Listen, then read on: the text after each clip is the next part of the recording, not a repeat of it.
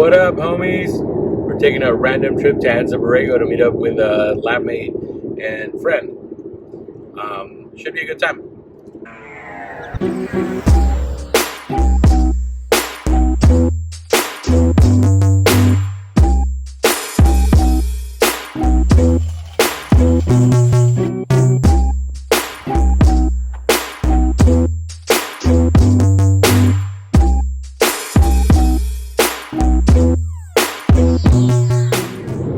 I'm actually heading out from Bakersfield. Came to visit my family now that we have COVID vaccines. And I haven't seen them in a year and 4 months, so it was fun spending some time with them. Now I'm off to have some fun in the desert. If you've never checked out Anza Borrego, it's a 650,000 acre chunk of land just an hour and a half east of San Diego. One of my favorite things about Anza Borrego is that even though there are designated camping spots throughout the park, you can disperse camp anywhere you want. So I made it out here, but all the glamping spots are taken up. Who would have figured the first weekend that's actually pretty nice out. Of course, people took the spots, but that's okay. There's so much dispersed camping here that it doesn't really matter, but I'm just waiting for my friends. Since there's no signal out here, I don't want to play cat and mouse later, so I'll just park here for a little while, enjoy the view, and wait for them.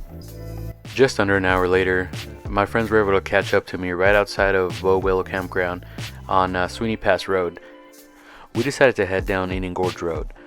While the ground here is pretty soft, I don't think four-wheel drive is required, but you definitely need some clearance. I wouldn't recommend going down this road unless you have about 9 inches of clearance or you're okay with scraping the bottom of your car or the sides as you maneuver around rocks. If you remember from previous videos, I installed this front-facing camera on my Renegade, and it definitely helped navigate around some rocks, but it was definitely not necessary for this drive. My friends Julie and Phil are from the Bay Area, and this was their first time in Anza Borrego, so of course they were in awe to see this beautiful scenery. We got out here pretty late in the day, so we had to go find a place to camp out for the night. We ended up finding a really cool spot to camp for the night, so I'm excited. The wind suddenly died down and it's not that cold, so it's gonna be a good night. Gonna sleep with the hatch open so I can see the stars tonight. Just before we turned in for the night, we were talking about how beautiful the sunset was at the desert. But man, look at that sunrise. I'm never sure what I'm supposed to do when I wake up before everyone. Do I let them sleep in? Do I go bug them? There's a lot to see. Come on, wake up, y'all.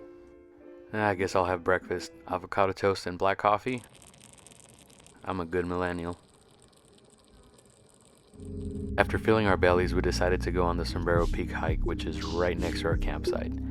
It's a pretty steep hike with about 2,000 feet of elevation gain, but it's only 2.8 miles, so it ends up being a pretty easy hike overall. There are 2 peaks on this hike. So before you get to the top, there's this nice flat spot, kind of like a sombrero. It's pretty beautiful. How the hell did I get up here? You're gonna have to trust me on this one. If you stop for a moment and just appreciate the food webs around you, you'll see why this is one of my favorite places in the world.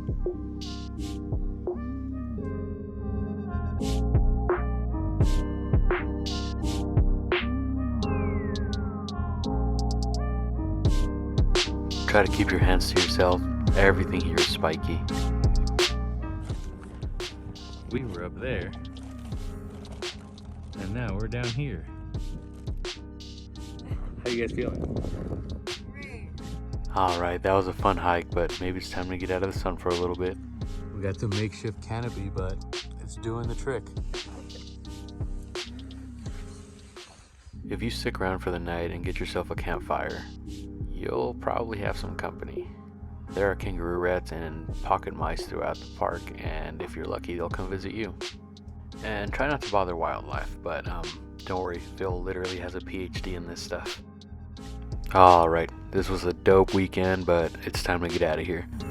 I had good company, good food, lots of cool critters, but it's time to head home. Oh yeah, and don't forget to subscribe if you want to join me on more of these adventures.